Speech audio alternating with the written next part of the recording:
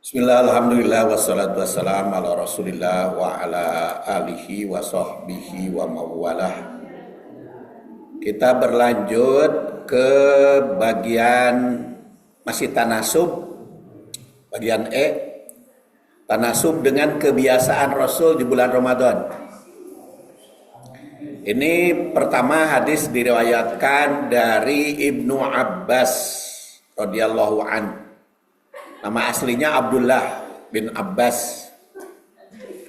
Beliau lahir 3 sebelum hijrah, wafat 68 hijriah.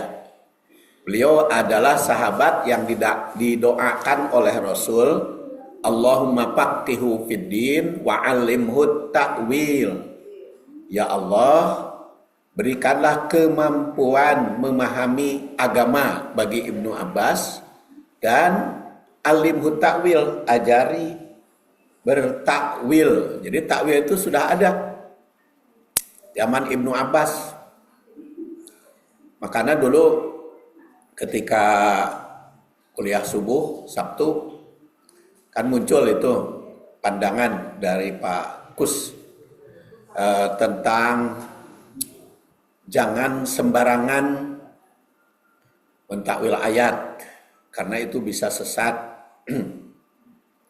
Itu memang di dalam Al-Quran, yaitu la ya'lamu ta'wilahu illallah.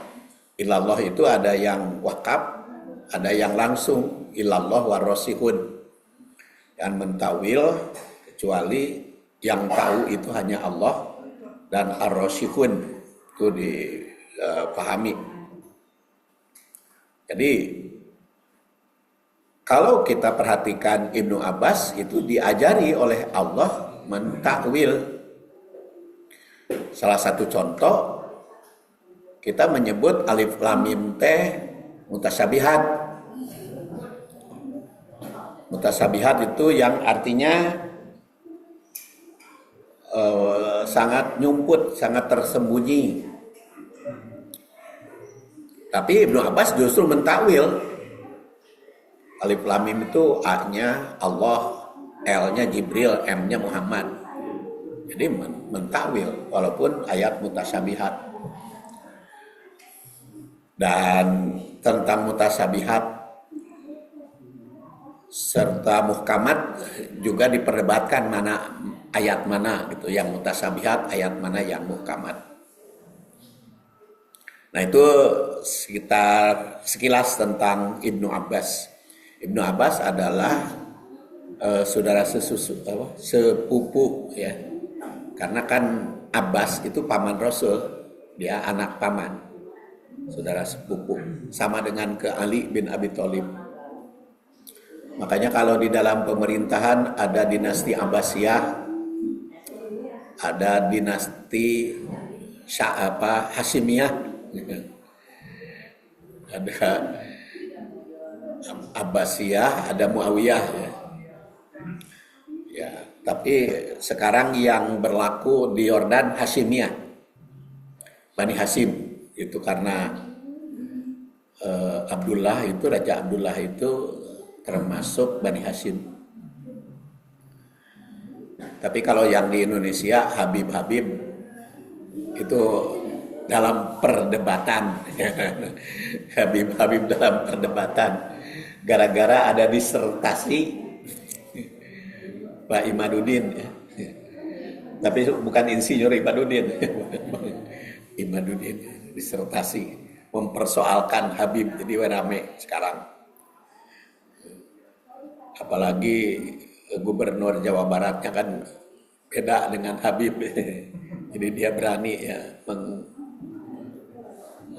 membongkar atau bongkar itu dibongkar itu yang punya Habib Rizik gitu.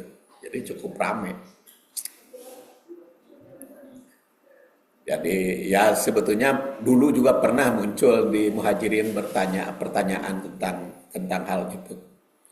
Karena di kalangan ulama tentang Habib itu masih tetap berdebat karena kan Rasul itu tidak punya anak laki-laki ya. Anak laki-laki Rasul itu sudah wafat duluan. Ya, yang ada anak perempuan. anak perempuan yaitu Siti Fatimah itu. Jadi Parbut Habaib teh dari Siti Fatimah itu. Dan kebetulan yang ke Indonesia lebih banyak dari Yaman gitu. Itulah rame. Baik. Kata Ibnu Abbas, kana Rasulullah sallallahu alaihi wasallam ajwadan nas wa kana ajwadu ma yakun fi Ramadan hina yalqahu Jibril wa kana yalqahu fi kulli lailah min Ramadan fayudarisuhul Quran fala Rasulullah sallallahu alaihi wasallam ajwadu bil khair minar rihil mursalah. Adalah Rasulullah SAW itu orang yang paling dermawan di kalangan manusia. Wakana ajwadu dan lebih dermawan lagi mayakunu fi Ramadan, di bulan Ramadan. Ina yalqahu Jibril.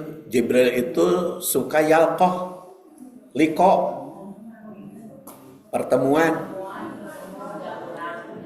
Jadi pertemuan seperti ibu subuh-subuh ngaji liko, karena memang ngaji Quran mah kudu liko, tidak bisa belajar mandiri ya, karena lidah itu kan harus kelihatan salah atau benernya. Kemarin juga ada ibu-ibu ya yang protes kepada imam di Muhajirin. Protes atau apa? Atau bertanya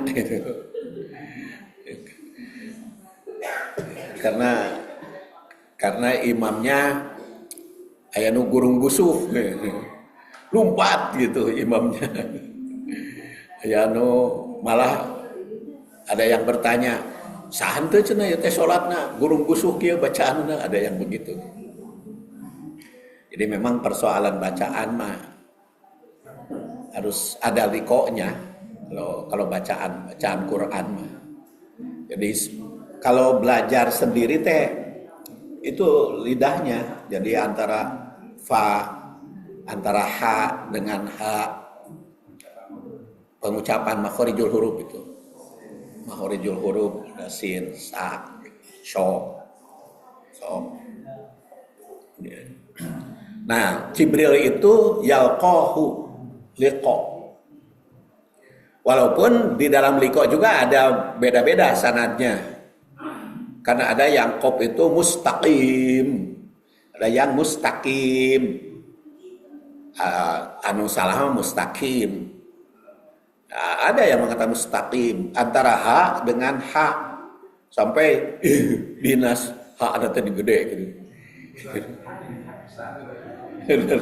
Dah besar juga dihakeun gitu. Padahal kan ada yang berpendapat yang beda itu ha, bukan ha. Jadi ha mah biasa gitu. Dinas. Yang beda itu ha. Ha-nya itu hames ya. Nah, itulah makanya sekarang dilatih oleh Pak Usep tiap subuh itu dilatih karena liko itu ya. Jadi hina yalqahu Jibril, Rasulullah SAW itu liko dengan Jibril. Wa kana yalqahu fi kulli lailah min Ramadan, dan likonya Jibril itu setiap malam pada bulan Ramadan tuh.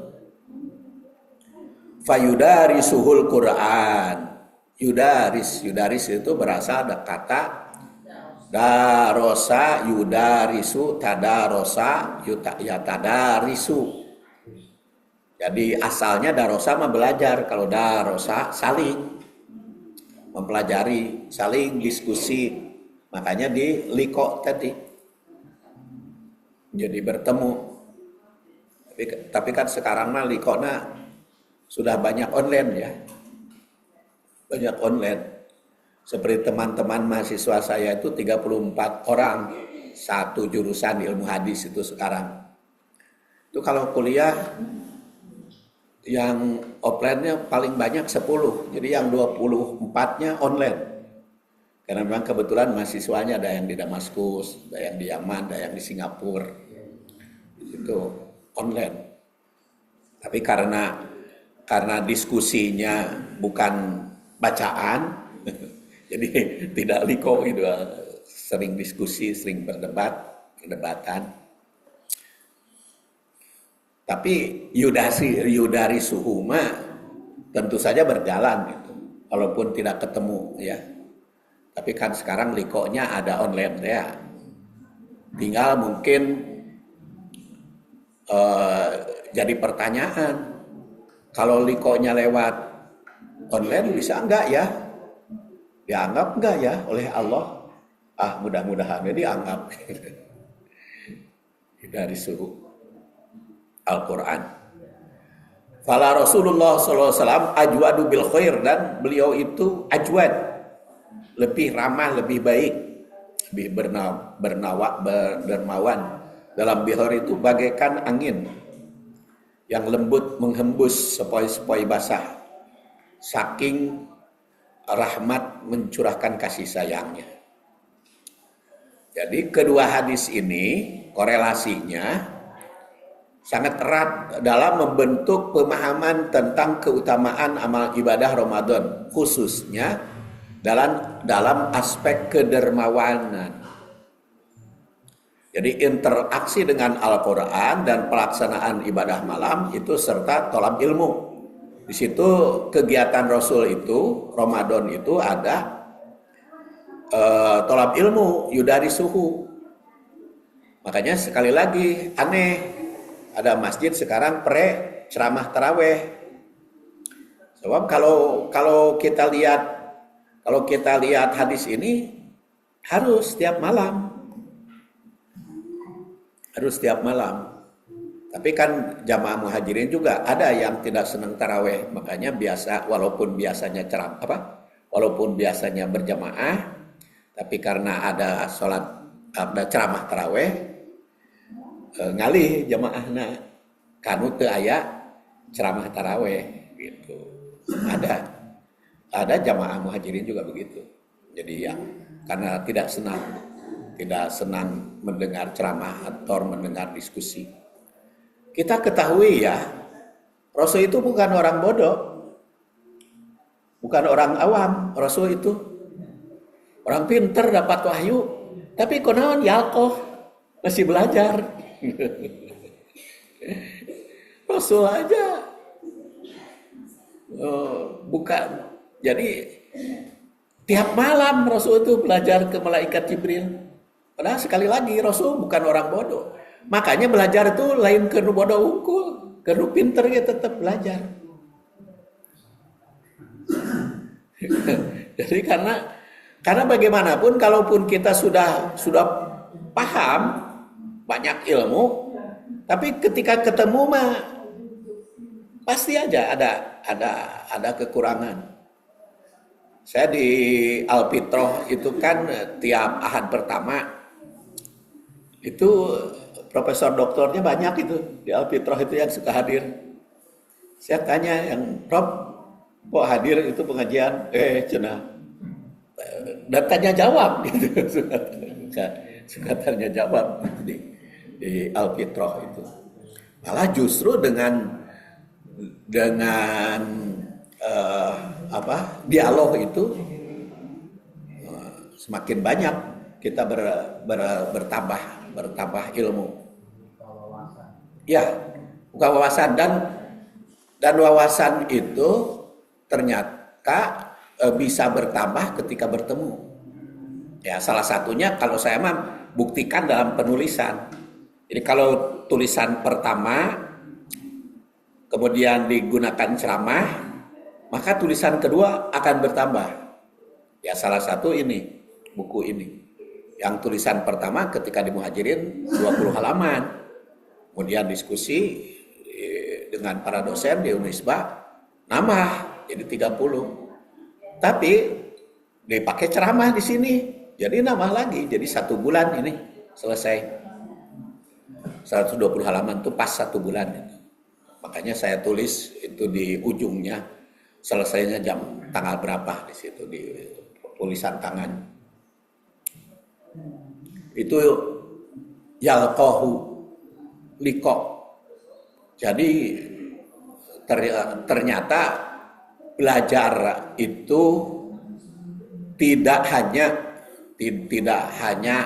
konten teks atas dasar internet Google ya. Dan Google itu sekarang kan ada Google, ada WhatsApp, ada ChatGPT, ada apa? Dimik. Ya, ada Aldi, ada macam-macam gitu ya. Bisa bertanya, tapi kadang-kadang jawabannya ada juga yang keliru. Contoh ya kata Pak Jajang kemarin, kalau kita nanya musofahah kacat GPT, itu bukan musofahah bersalaman, atau nu dijawab ku Chat GPT mah, tapi musafahah. Jadi salah nulis atau apa namanya bisa keliru gitu ya, bisa keliru. Tuh, makanya Rasulullah mencontohkan kepada kita liko, belajar teh. Langsung, tercukup kita lewat internet tanpa liko. Ya apalagi kalau bacaan Al-Quran, makhorijul huruf. Hina yalqahu Jibril, wa kana yalqahu Jibril. Kita lanjut ya. Analisis korelasinya kedua hadis. Mana hadis? Hadis pertama menunjukkan bahwa Rasul adalah orang yang paling dermawan. Dan kedermawannya meningkat di bulan Ramadan. Rasul semakin gencar berinteraksi dengan Quran. Dibimbing oleh malaikat Jibril. Padahal beliau Rasul paling pandai, paling tahu tentang Al-Quran, tapi tetap belajar tiap hari, ya, tiap malam. Terutama ketika Jibril datang setiap malam untuk mempelajari Al-Quran bersamanya. Nah sekarang tuh yang belajarnya Jibril atau Rasul? Ya sama-sama, karena payudari suhu. Makanya disebut mudarosah. Disebutkan bahwa Rasulullah SAW itu lebih dermawan dibandingkan angin berhembus. Makanya saya sudah menetapkan beberapa tahun yang lalu. Jadi tiap Jumat pertama saya pasti tidak khutbah. Karena merasa harus belajar ilmu. Ada undangan penceramah khutbah, tapi khusus Jumat pertama saya tidak khutbah. Untuk apa? Untuk mendengar khotib yang lain. Mendengar yang lain berkhutbah. Sebab manfaatnya banyak. Ya, antara lain untuk belajar secara langsung dari khotib tersebut, dan untuk juga berinteraksi dengan hadisnya, jadi kritik tadi. Kemudian yang kedua, implikasi dalam aktivitas Ramadan. Hadis ini menunjukkan pentingnya kedermawanan dan kepedulian sosial selama Ramadan. Mudarosah, mempelajari di bulan Ramadan adalah salah satu praktek utama yang dilakukan Rasul. Korelasi dengan ibadah lainnya, aktivitas membaca, memahami, dan mengamalkan Al-Quran. Jadi di dalam praktek kepada Al-Quran itu ada yang membaca, ada yang menghayati, ada yang menganalisis. Ya. Kalau saya terus terang lebih banyak menganalisis Al-Quran maupun hadis, karena kegiatan sehari-hari itu nulis. Jadi kalau sehari tidak nulis teh seperti lapar menghayang makan. Jadi pasti sehari itu pasti menulis. Entah sehalaman, entah 2 halaman, entah beberapa halaman. Nah, itu Kang Jajang itu pernah bertanya kepada saya, Pak, apa cenah Sejak kapan menulis? Wah, saya mah sejak SMA. Jadi saya sekolah di PGA ya. Waktu sekolah di PGA itu saya sudah siaran di Sturada Kabupaten Cianjur. Dan bahan siaran itu saya tulis dulu. Jadi sudah menulis sejak SMA. Jadi kalau sekarang Bapak dan Ibu buka di Google Scholar atas nama saya, itu seabrek judul-judulnya. Itu sudah ratusan judulnya. Itu saya baru sebagian yang dimasukkan ke Google Scholar itu. Sebagian, belum semua. Jadi karena menulis itu kebiasaan, jadi terasa. Dan makanya kalau ada penceramah kemarin tuh Pak siapa tuh sebut, katanya kalau datang ke Muhajirin pasti saya dapat buku. Memang alhamdulillah ya. Jadi walaupun ketemu duit tidak bisa nganyuk gitu. Oh Pak Junjun katanya kalau ke Muhajirin mah pulang dapat buku. Ya memang kan sudah berapa tahun setiap bulan Ramadan kan saya membagi buku. Karena buku itu supaya dibaca. Dibaca kalau oleh ustadz kira-kira tuh baca. Kan jadi dibagikan ya. Dan kalau yang 200 halaman ke atas itu sudah 63. Yang 200 halaman ke atas, ada yang 700 halaman bahkan. Bisa dilihat tuh di Google Scholar judul-judulnya. Jadi kenapa menulis padahal kan sekarang lebih banyak orang itu tidak senang bacaan kan, lebih banyak karena melihat. Tapi ternyata sampai sekarang terasa manfaatnya di kalangan umat menulis itu.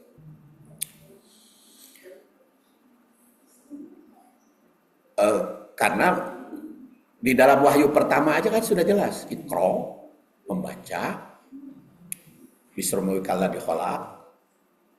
Di situ khalaqal insana min alaq, Iqra warbukal akram, allama mengajar, bil qalam nulis.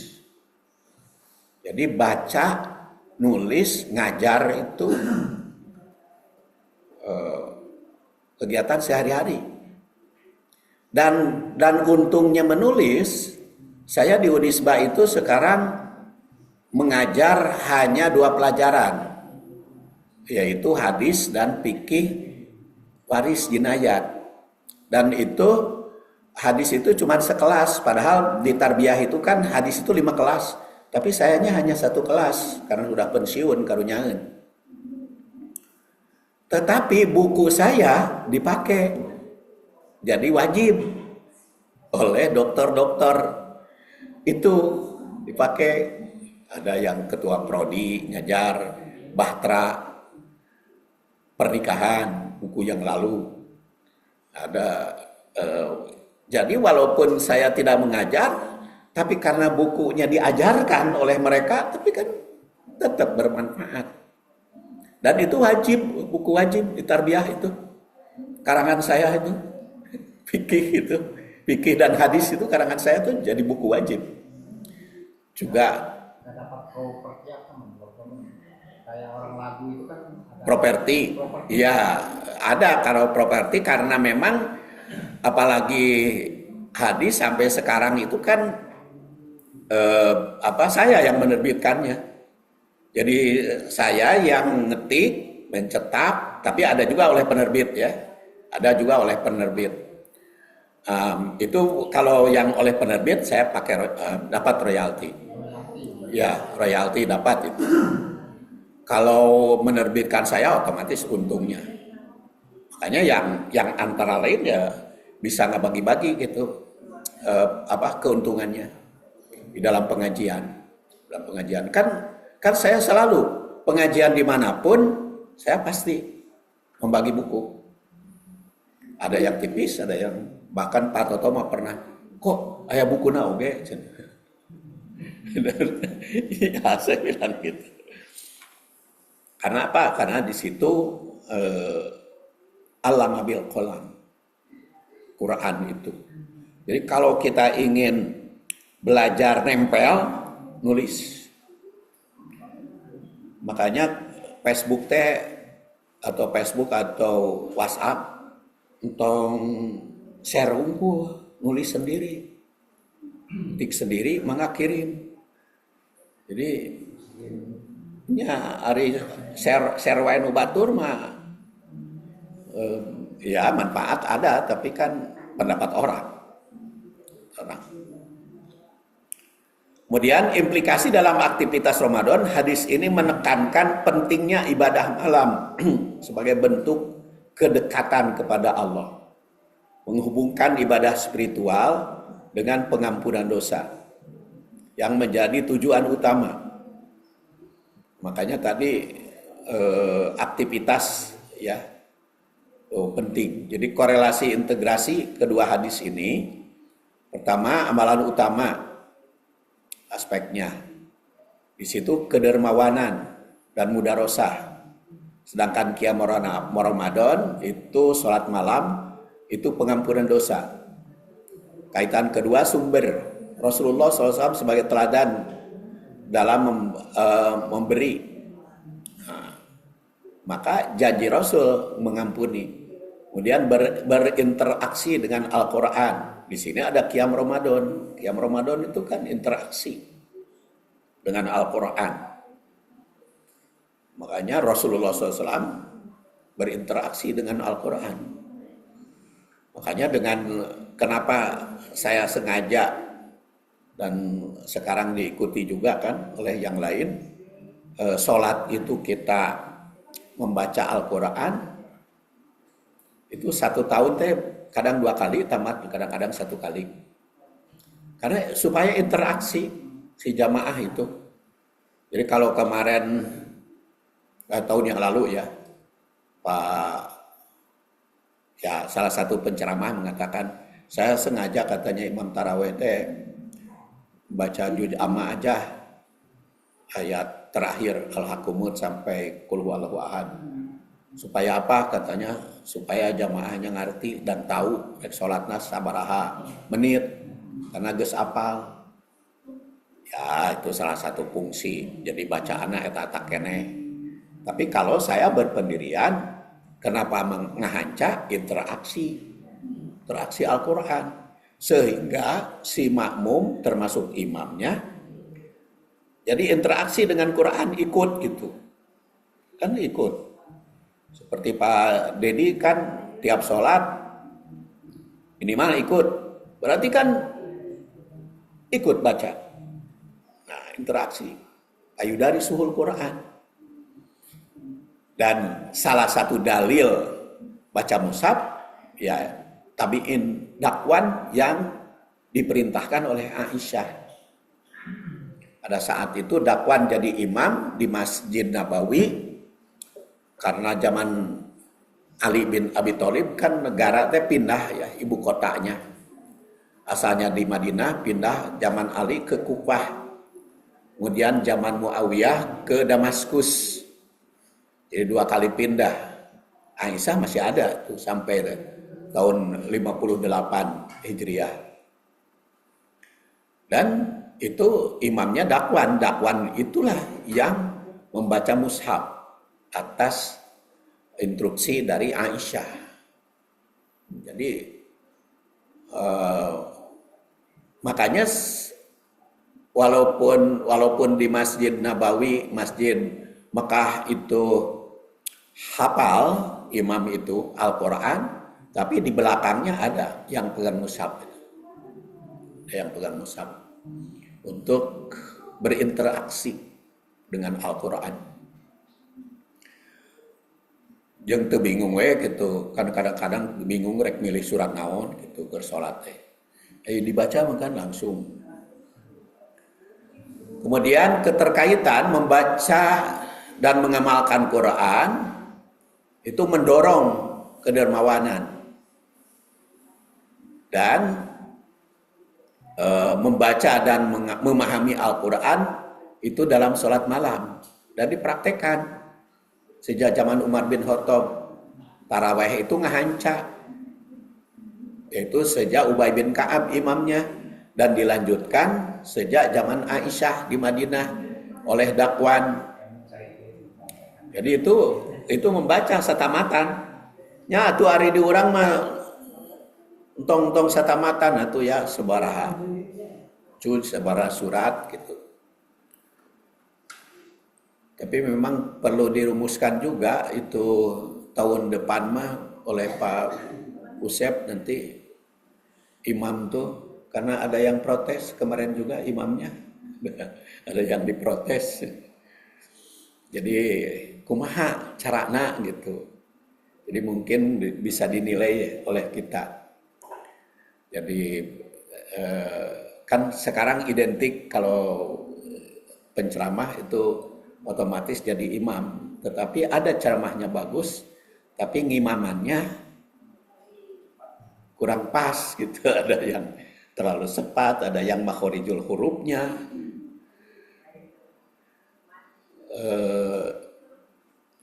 Dan ada yang langsung kemarin tuh cenah Ustaz, siapa itu imamnya? Saya jawab ini, itu cukup mah cenah maca teh kitu pisan. Ya, kumaha tuh da ceng teh harus jadi imam penceramahna. Tapi kan di masjid yang lain mah imamnya disebut gitu.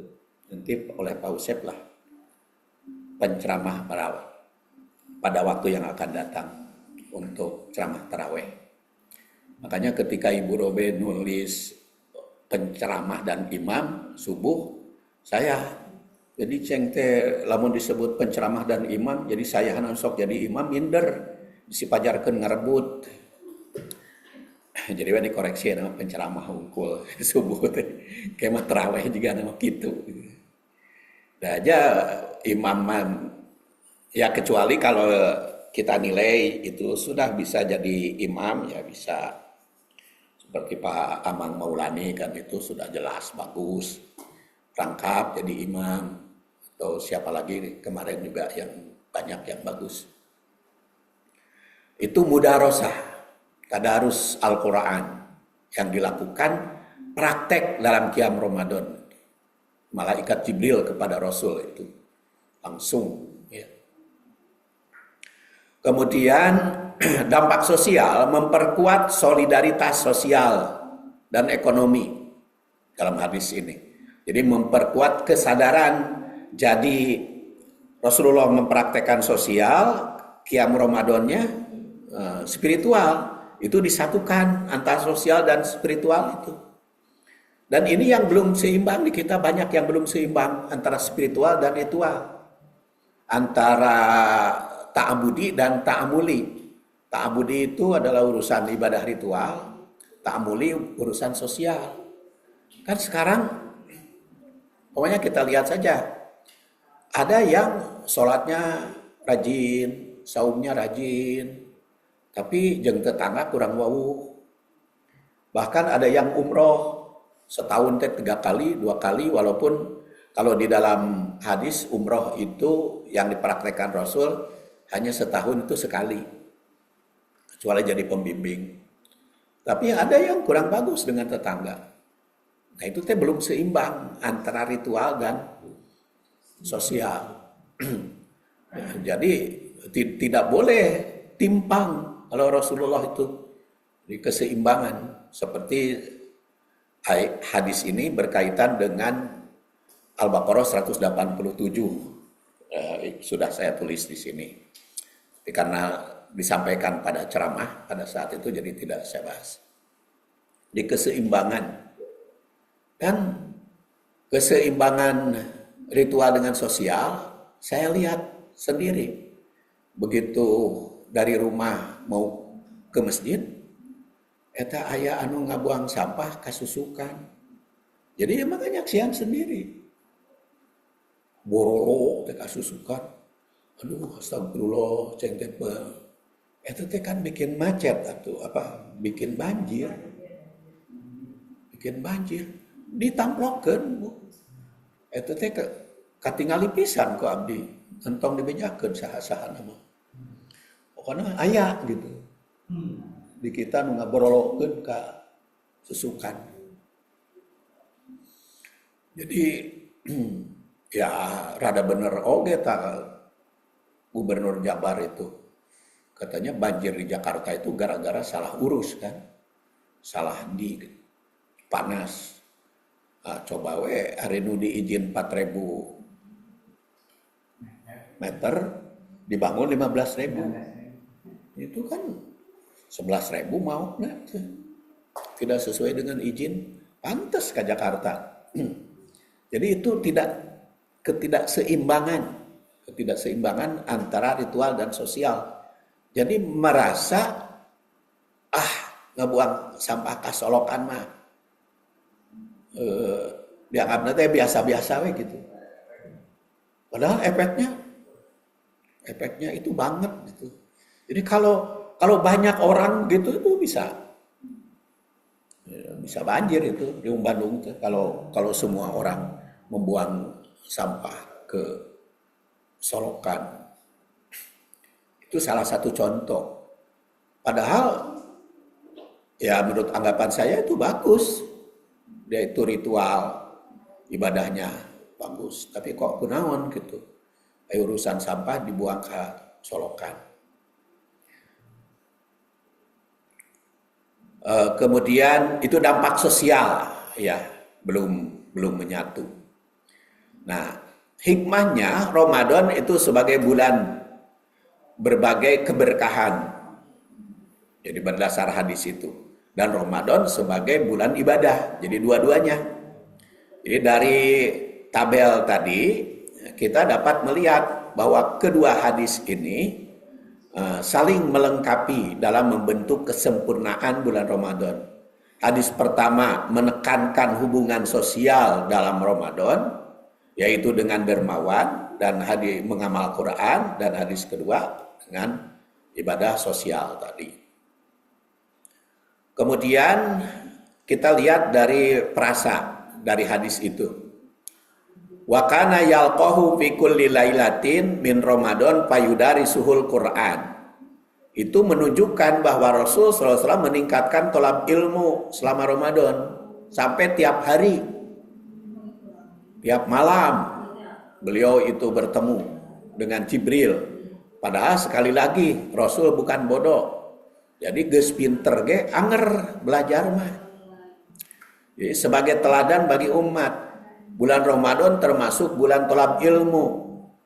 Makanya utamanya dalam i'tikaf seperti sekarang ini. Dan Imam Syafi'i yang lahir 150, wafat 204 menandaskan tolabul ilmi afdalu min sholatin nafilah. Tolab ilmu itu lebih afdal daripada sholat nafilah. Sholat nafilah itu yang tidak diwajibkan, ya, itu lebih afdal. Jadi bahwa tolab ilmu itu, dan itu dikutip oleh Imam Nawawi yang lahir 631 wafat 676 Hijriah dan Masehinya juga dalam kitab Al-Majmu'. Kemudian Imam Syafi'i juga menandaskan man aroda dunya fa alaihi bil ilmi wa man arodal akhirah fa alaihi bil ilmi. Jadi dengan demikian i'tikaf di akhir Ramadan alangkah baiknya diisi dengan tolab ilmu. Jadi bukan hanya meningkatkan kualitas keilmuan, tetapi meneladani Rasul. Jelas meningkatkan kualitas keilmuan, karena ilmu kita meningkat.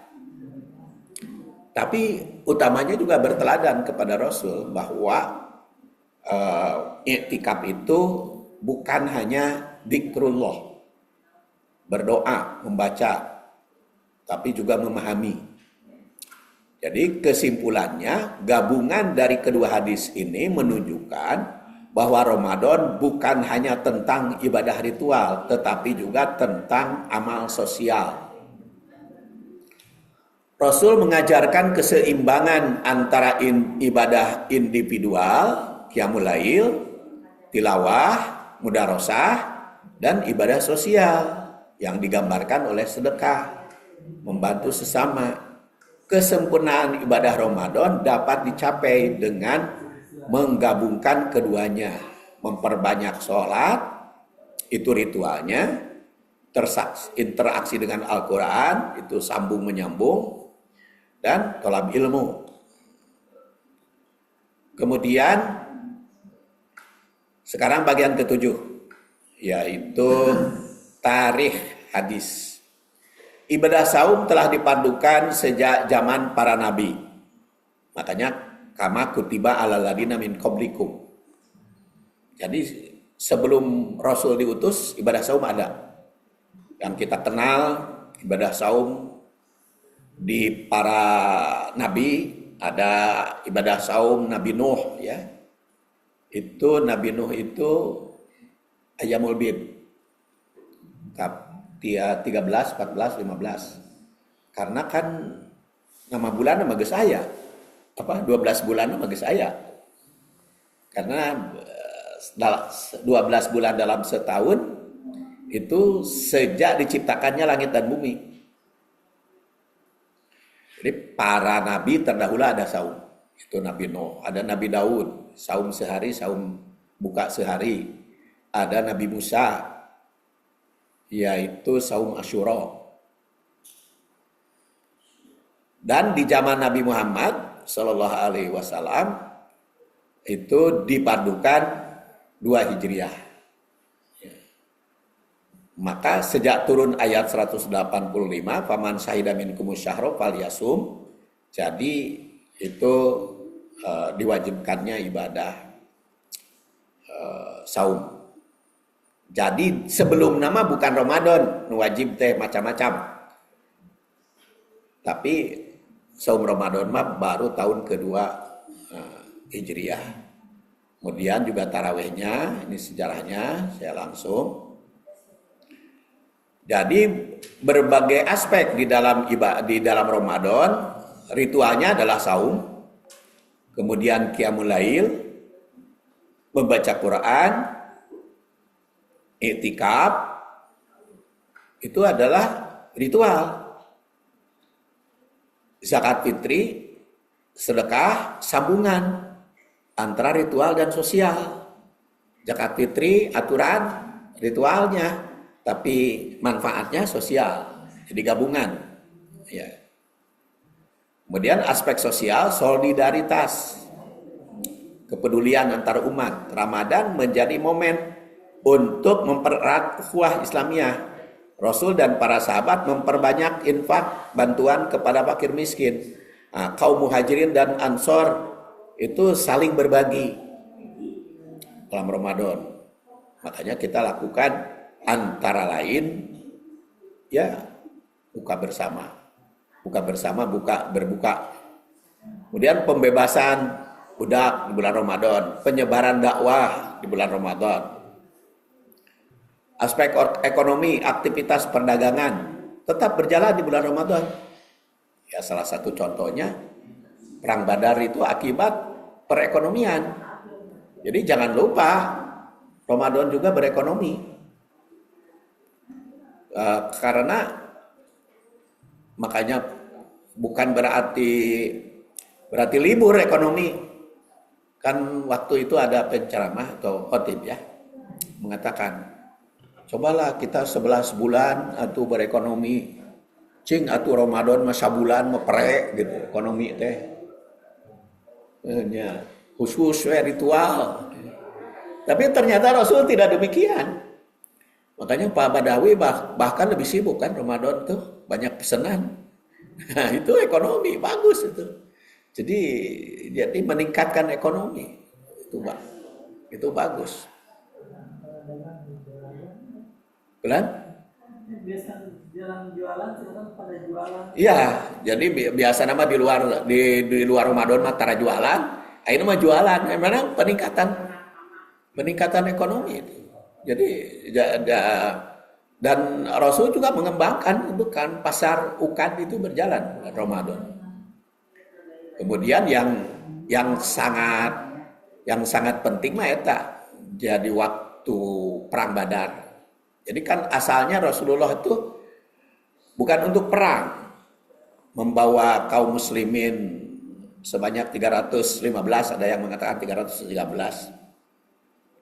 Itu bukan untuk perang, tapi cuman isu aja itu oleh Abu Sufyan, disebut berperang. Padahal kan bukan berperang, untuk mengambil barang umat Islam yang dirampas oleh kabilah Abu Sufyan. Ya akhirnya perang. Tapi itu unsur ekonominya ada. Makanya kan ada, oh ya, saya waktu itu selama di mana ya, atau pulang khutbah.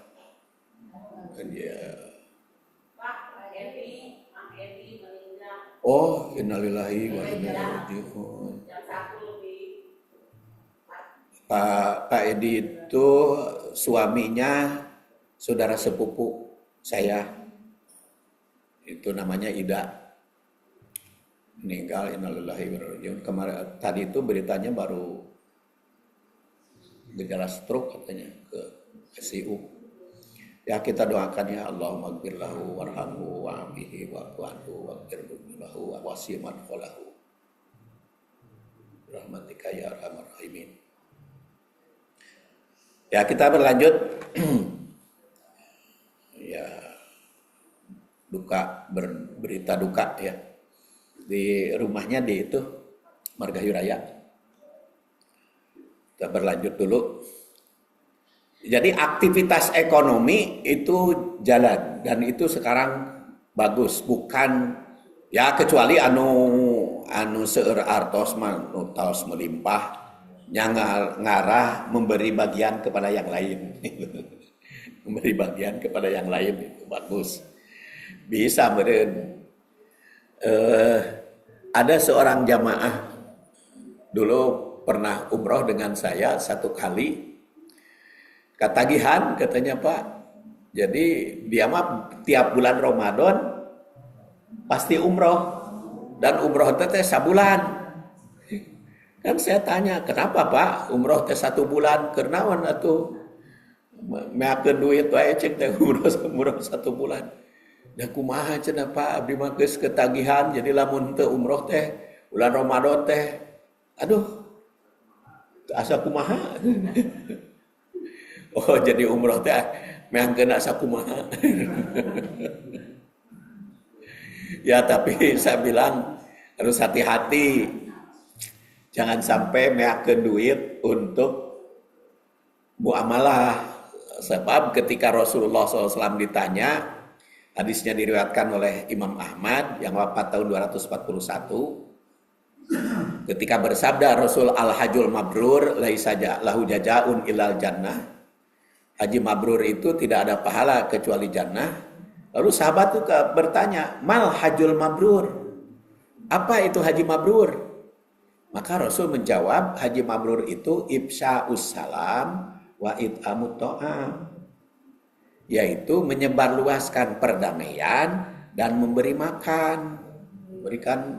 Beri makan orang miskin. Makanya saya katakan, awas itu jangan sampai lupa ifsya'us salam.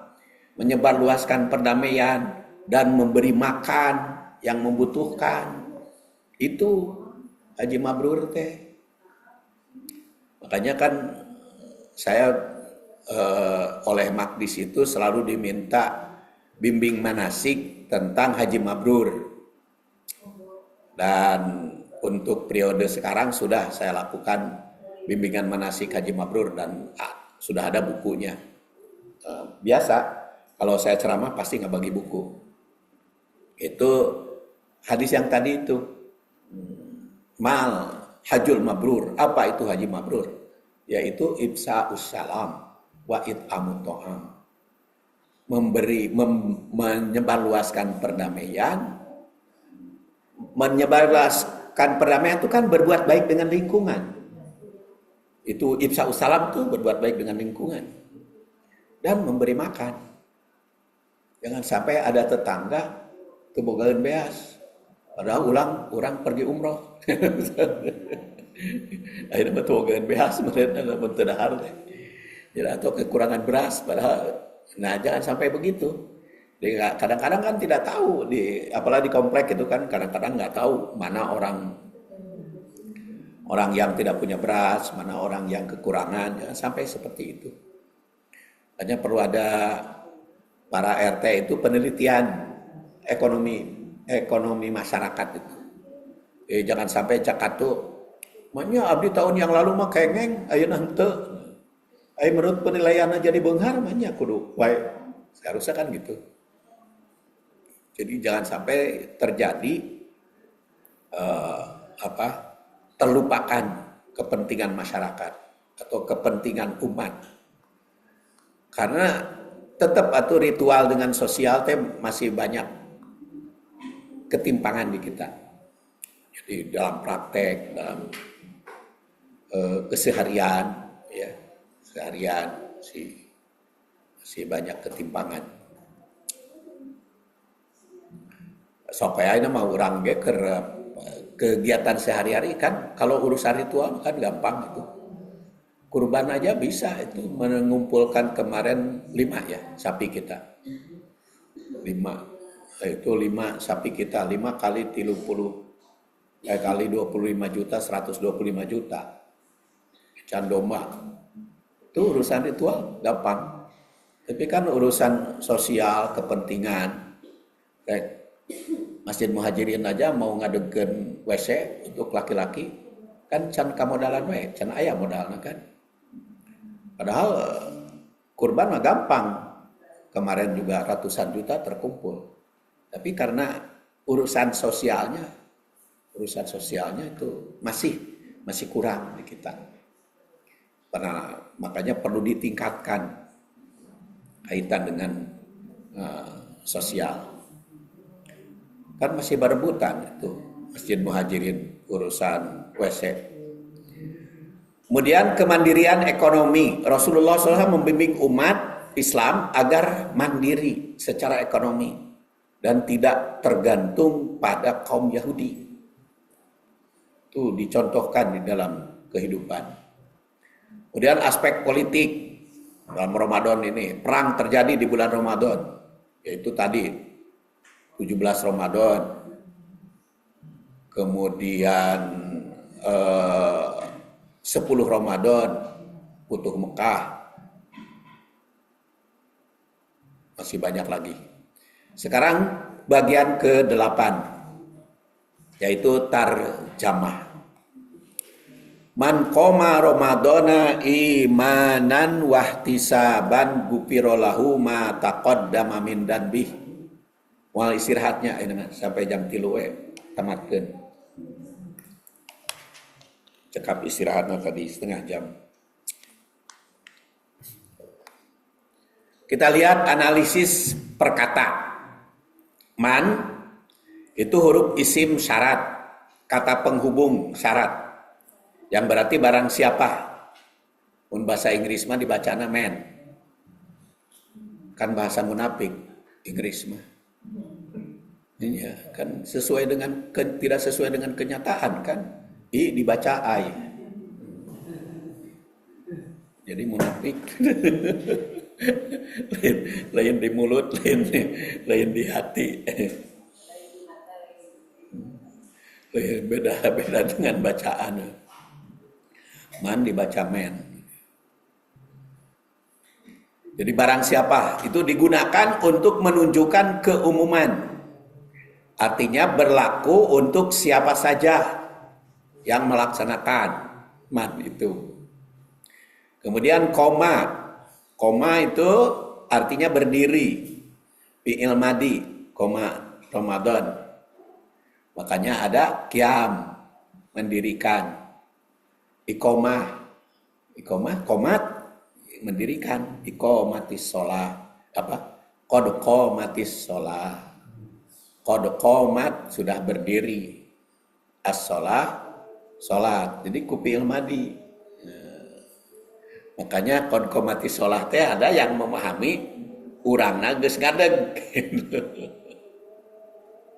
Jadi makanya saya praktekkan di Muhajirin juga. Alhamdulillah geus ragam di Muhajirin. Jadi lamun geus qomat teh urangna geus ngadeg kan. Kon komat geus berdiri, dari menafsirkan kon komati sholah sudah berdiri, makanya imamnya geus ngadeg. Geus ngadeg baru komat, ulah komat tamat kakarak kararadeg. Tapi kan masih banyak di tempat-tempat yang lain komat teh dan duduk we karena geus selesai komat baru ngararadeg. Tapi kalau saya mah jadi imamnya sok otomatis we berdiri lebih duluan, jadi narurutan. Koma. Yakumu berdiri, kiaman itu berdiri. Makanya ada qawamun. Ar-rijalu qawwamuna 'alan nisa. Qawamun. Tapi ar-rijalu qawwamuna 'alan nisa teh ditafsirkan oleh para penafsir wanita. Sekarang kan banyak penafsir wanita. Ada Fatimah Merinisi, itu orang Maroko. Ada Minah Wadud, orang Malaysia ya. Itu kalau Fatimah Merinisi itu wanita dalam Quran.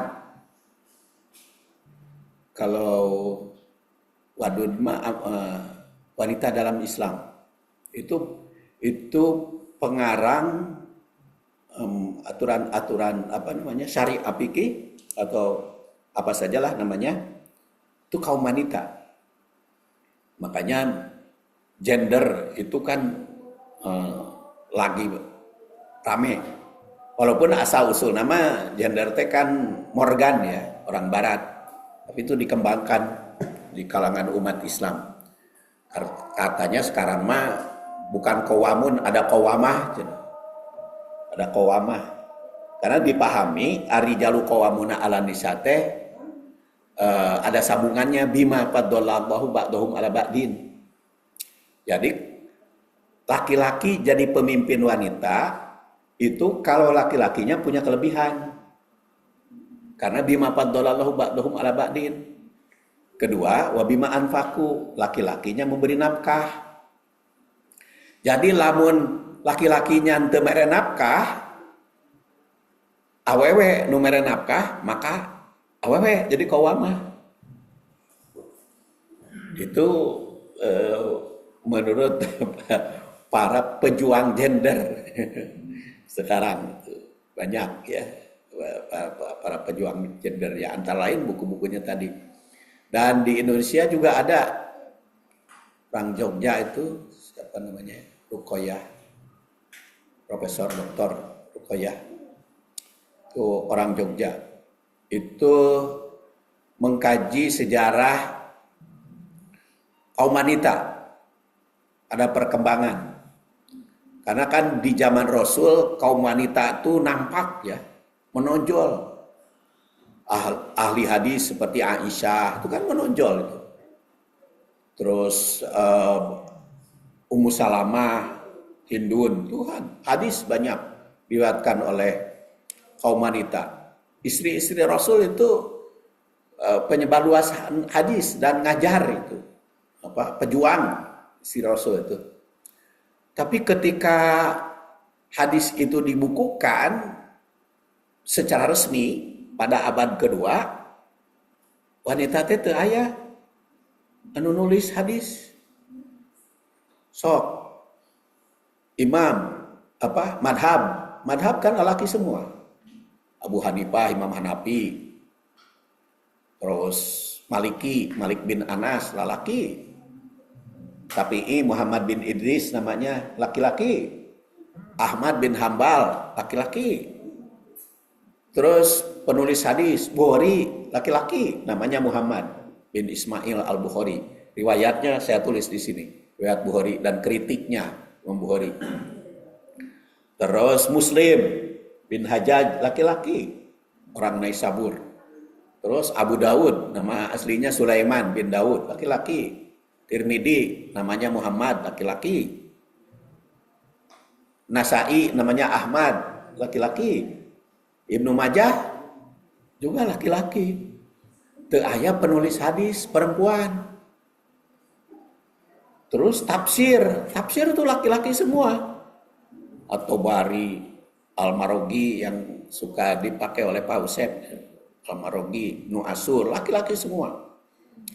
Dan ketika saya membuka seluruh tafsir yang ada sekarang itu rata-rata laki-laki. Jadi abad ke-20 baru muncul. Padahal di zaman Rasulullah perempuan itu banyak di guru. Nah ini kelemahannya tidak jadi penulis gitu. Hari penulis mah monumental ya. Jadi panjang waktunya. Dan ternyata pengaruh besar di dalam organisasi masyarakat juga penulis.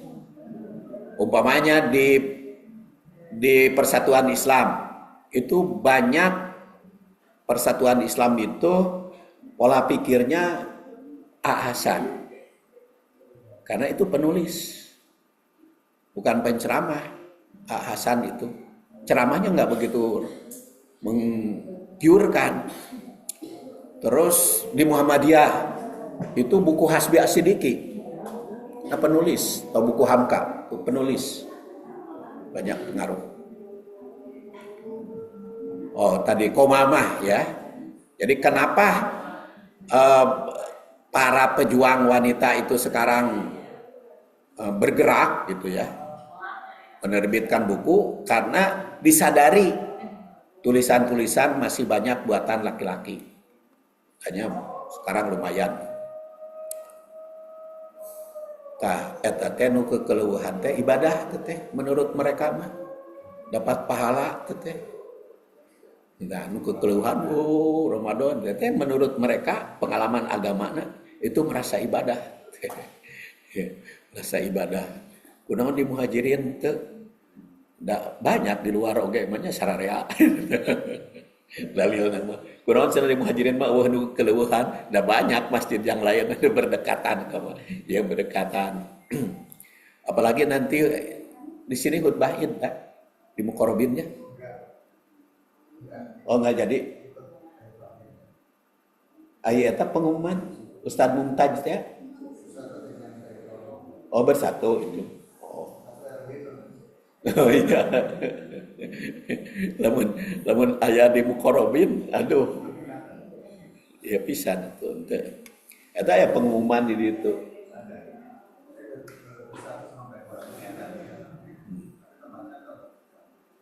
Oh tempatnya tetap menyatu di situ. Oh, ya. Kemudian masih perkata sekarang Ramadan. Kata Ramadan adalah isim kata benda dalam bentuk mansub, nasab ya. Karena berfungsi sebagai maf'ul bih. Soma Ramadana. Nah, dari koma. Jadi fi'ilnya koma. Fa'ilnya mana? Man. Bermakna bulan Ramadan yang merupakan waktu pelaksanaan qiyam. Kemudian imanan berasal dari kata amana yu'minu iman, berarti iman, beriman, itu masdar, kata benda verbal dalam bentuk mansub yang berfungsi sebagai hal atau keadaan. Maknanya adalah dengan penuh keimanan, itu seseorang meyakini bahwa ibadah ini adalah sebagai syariat dari Allah. Ihtisab, kata ihtisab itu berasal dari kata hisab, hasiba, menghitung atau mengharap pahala. Dalam hadis ini ihtisab berarti melaksanakan ibadah dengan penuh keikhlasan, hanya mengharap pahala dari Allah tanpa riya. Riya itu ingin pujian orang. Kemudian tanpa dorongan duniawi. Makanya dalam surat Al-Baqarah 187 saya bahas ada kuntum tahtanun, bisa saja berkhianat. Jadi oleh karena itu saum itu mendidik amanah, kejujuran, iman. Maka imanan wahtisaban gufiro, kata kerja pasif atau fi'il madi majhul dari gofaro yang piru, gufronan, diampuni, berasal dari kata magfiro yang bermakna ampunan atau penghapusan dosa. Lahu adalah atau li kalau jar, hu bermakna baginya, menunjukkan bahwa ampunan tersebut diberikan secara pribadi kepada orang yang melaksanakan man itu sendiri. Ma taqaddama, ma di sini adalah isim mausul, kata sambung, yang berarti apa saja atau semua. Ma'dud itu bisa apa saja. Taqaddama adalah fi'il madi, kata kerja lampau, yang berarti telah lalu atau telah berlalu. Prasa ini berarti semua dosa yang telah berlalu. Jadi kalau mata kodama mah seluruh.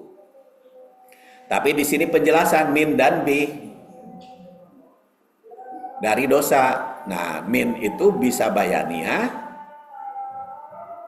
atau bisa menunjukkan tab'id, sebagian. Jadi yang diampuni dosa itu bisa seluruhnya, bisa juga sebagian. Dan kalau kita lihat dari struktur gramatika atau ilmu nahwu dan makna kalimat dalam hadis ini memiliki struktur jumlah syartiyah. Man qoma ramadhana imanan wahtisaban itu syarat. Dan jawabannya gufiro lahu ma taqaddama min danbih.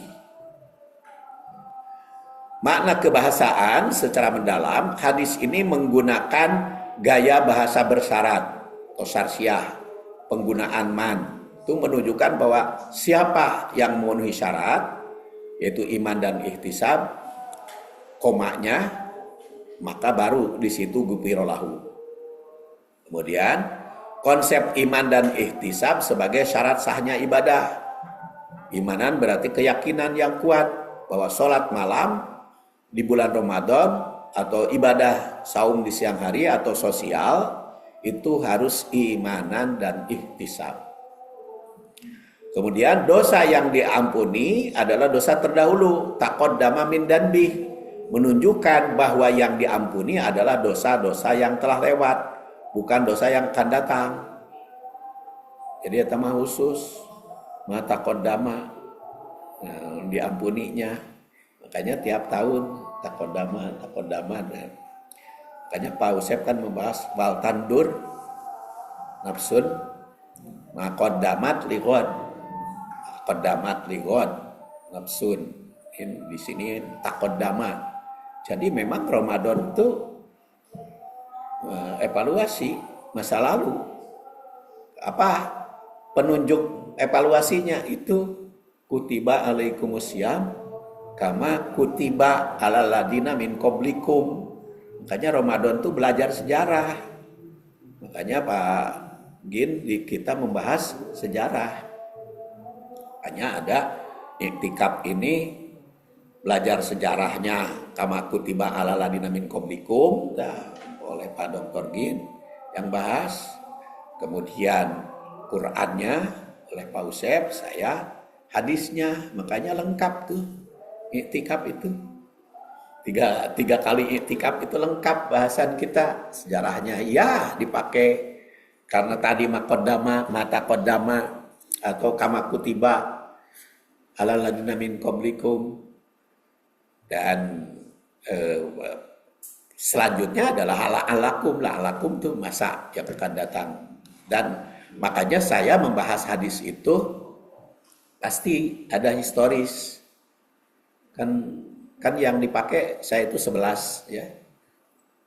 11 langkah. Sini juga. Itu juga kemarin 200 halaman itu yang meraih barokah dalam keluarga, yaitu barokallahu laka wa barokah alaik, itu 200 halaman. Itu juga 11 langkah. Maka karena dengan 11 tak, maka panjang bahasannya satu hadis. bulan Syawal, hadis baru kita di Muhajirin. Kemudian itu taqaddama. Dosa yang diampuni adalah ma taqaddama, yang telah lewat. Hadis ini memiliki struktur kalimat bersyarat yang menunjukkan janji Allah bahwa siapa saja yang mendirikan Qiyam Ramadan dengan keimanan dan ihtisab, maka dosa-dosanya yang telah lalu akan diampuni. Maka kebahasaan itu menunjukkan bahwa syarat diterimanya adalah niat yang benar, iman kepada Allah, dan tanpa mengharap duniawi. Dosa yang diampuni dalam hadis ini dosa yang berlalu, yang telah lewat. Oh ya, kalau ada pertanyaan maka soalnya gini nanti ditutup jam 3 mah. Tidak ada, kalau tidak ada pertanyaan. Kemudian menandakan bahwa Ramadan adalah kesempatan untuk mendapatkan pengampunan dari Allah dan kembali dalam keadaan fitrah, kembalinya. Tapi Idul Fitri mah bukan kembali kepada fitrah. Id mah artinya hari raya, Fitri berbuka. Jadi Idul Fitri artinya hari raya berbuka, bukan kembali kepada fitrah. Sebab kalau kembali mah ada yaudu, kuduna ud ay kembali mah. Ya mah id mah hari raya. Idul Fitri artinya hari raya, fitri berbuka, sama dengan zakat fitri, zakat berbuka, karena berbuka saum, berkaitan dengan berbuka saum, zakat fitri. Hari fitrah mah suci. Jadi lamun zakat fitrah artinya pembersihan yang suci. Zakat itu pembersihan atau pengembangan. Fitrah suci. Jadi zakat fitrah artinya pembersihan yang suci. Tapi zakat fitri mah pembersihan karena berbuka saum, sama dengan Idul Fitri. Makanya bulan Ramadan diwajibkan zakat fitri dengan makanan nabati. Tidak boleh zakat fitri dengan makanan hewani, tidak boleh. Tidak sah zakat fitri dengan makanan hewani. Jadi kudu makanan nabati.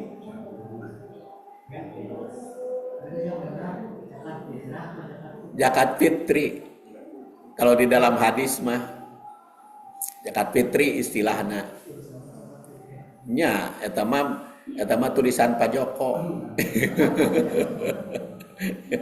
Zakat fitri. Waktu saya masih di Tasik itu, nama masjidnya di tapi waktu pembagian zakat fitri, ketika yang di Tasik itu selalu berteman bagi setelah sholat subuh. Iya. Waktu kita di sini kan enggak ya. Ya. Bertemannya selalu setelah sholat subuh. Ya. Sebelum sholat id. Ya, itu teh berdasar hadis man adda qabla sholatil id fahiya shadaqatun fahiya zakatun makbulah wa man adda ba'da sholatil id fahiya shadaqatun minas shadaqah. Barang siapa yang menunaikan zakat fitri sebelum sholat id, maka itulah yang dikabulkan. Dan barang siapa yang melaksanakan setelah sholat id, maka itu hanya sedekah biasa. Nah, berdasar hadis itu, barang siapa yang melaksanakan sebelum sholat id, maka itu zakat fitri. Jadi disebutnya sebelum. Namun sebelum teh wayah kumaha? Berpendirian DKM Muhajirin Tasik mah. Sebelum teh berarti setelah sholat subuh, sebelum sholat id. Karena kalau malam mah bukan sebelum sholat subuh, bukan sebelum sholat id, tapi sebelum subuh. Kalau kemarin mah sebelum berbuka, padahal ini sudah terbuka. Jadi dipahami oleh mereka harus dilaksanakan setelah sholat subuh sebelum sholat id. Itu dalilnya. Nah sekarang di Muhajirin di Riung Bandung, Riung Arum, ulah Muhajirin Riung Bandung, makanya saya Muhajirin Riung Arum. Soalnya kalau Riung Bandung ayah di situ Muhajirin. Ada ustad kemarin giliran khutbah di sini ngacleng ke ditu. Kemakmuran. Jadi we datang ka dia telat bukan telat teu kabagian. Jadi makanya saya Muhajirin Riung Arum saya tulis tidak Riung Bandung saja. Nah, kenapa Muhajirin Riung Arum dilakukan sehari sebelum Id? Karena sebelum gitu. Kan sebelum juga. Jadi dipahaminya sebelum. Jadi perbedaan memahami di situ Pak. Perbedaan pemahaman. Aya nu saklek itu. Padahal kalau berdasar hadis itu mah jangan setelah kan. Jadi makanya Ibnu Umar itu membagi 2 hari sebelum Id. Makanya Imam Madhab ya, Syafi'i itu berpendapat sejak awal saja boleh. Jadi sejak awal itu boleh. Makanya kan saya katakan kemarin waktu rapat panitia, kita kan harus memberi khotib 1 juta. Ya, khotib Id itu baik bulan Idul Fitri maupun Idul Adha. Kenapa 1 juta itu standar? Ya, standar sekarang itu rata-rata 1 juta. Kumaha lamun teu boga duit? Eta we tina zakat fitri dibikeun sebelum salat. Jadi ka imamna dibikeun sebelum salat. Rewosan we ieu kitu, amplopna ti payun kitu dibikeun ku jajang teh. Ulah dibikeun tas salat lamun tina zakat fitri, lamun teu boga duit gitu. Dan zakat fitri kan sudah ada. Kan ari dana Ramadan mah kan kekurangan sekarang, tapi engke kagantian ku waktu salat. Waktu sholat Id kan banyak gitu sedekah. Ya? Kotak amal sholat Id nanti kan dapat itu kagantian. Nyamun teu kagantian mah bendahara masjid eta ge milik umat keneh itu. Milik umat keneh itu udah sama aja. Nah, jadi itu sebelum kalau sebelum sholat Id mah penting sebelum. Makanya ke khotib kasih aja sebelum sholat. Itu bisa dari zakat fitri itu sah ya. Karena apa? Khotib itu masuk ke mana? Yaitu ke Al-Baqarah 273 lil fuqara illadina uhsiru fi sabilillah, yaitu orang yang terikat dengan perjuangan agama Allah. Jadi layastatiuna dorban fil ardi, sehingga terganggu urusan ekonominya. Makanya khotib Jumat itu boleh diambil dari zakat, baik zakat fitri ataupun zakat mal. Penceramah Sabtu boleh dari zakat. Penceramah sekarang, penceramah iktikaf itu boleh. Karena apa? Usiru, terganggu. Saya juga kan usiru. Mau bikin buku ini kan usiru, itu tersita itu waktunya. Sehingga mau ekonomi itu terganggu. Nah, lumayan. Makanya nganyukeula ke tukang kopi, ke dibayar, ke tukang fotokopi, ke dibayar. Tina honor sekarang. Tina honor sekarang udah dapat diterima. Nanti bayar ke tukang cetak ya. Ya lumayan kan. Itu juga dari pengumpulan ceramah segala macam, karena saya sering mengganti juga ceramah, kan lumayan itu untuk mengganti buku nun dibagi-bagi ke ustad. Ya lumayan itu teh biayana percetakan deh.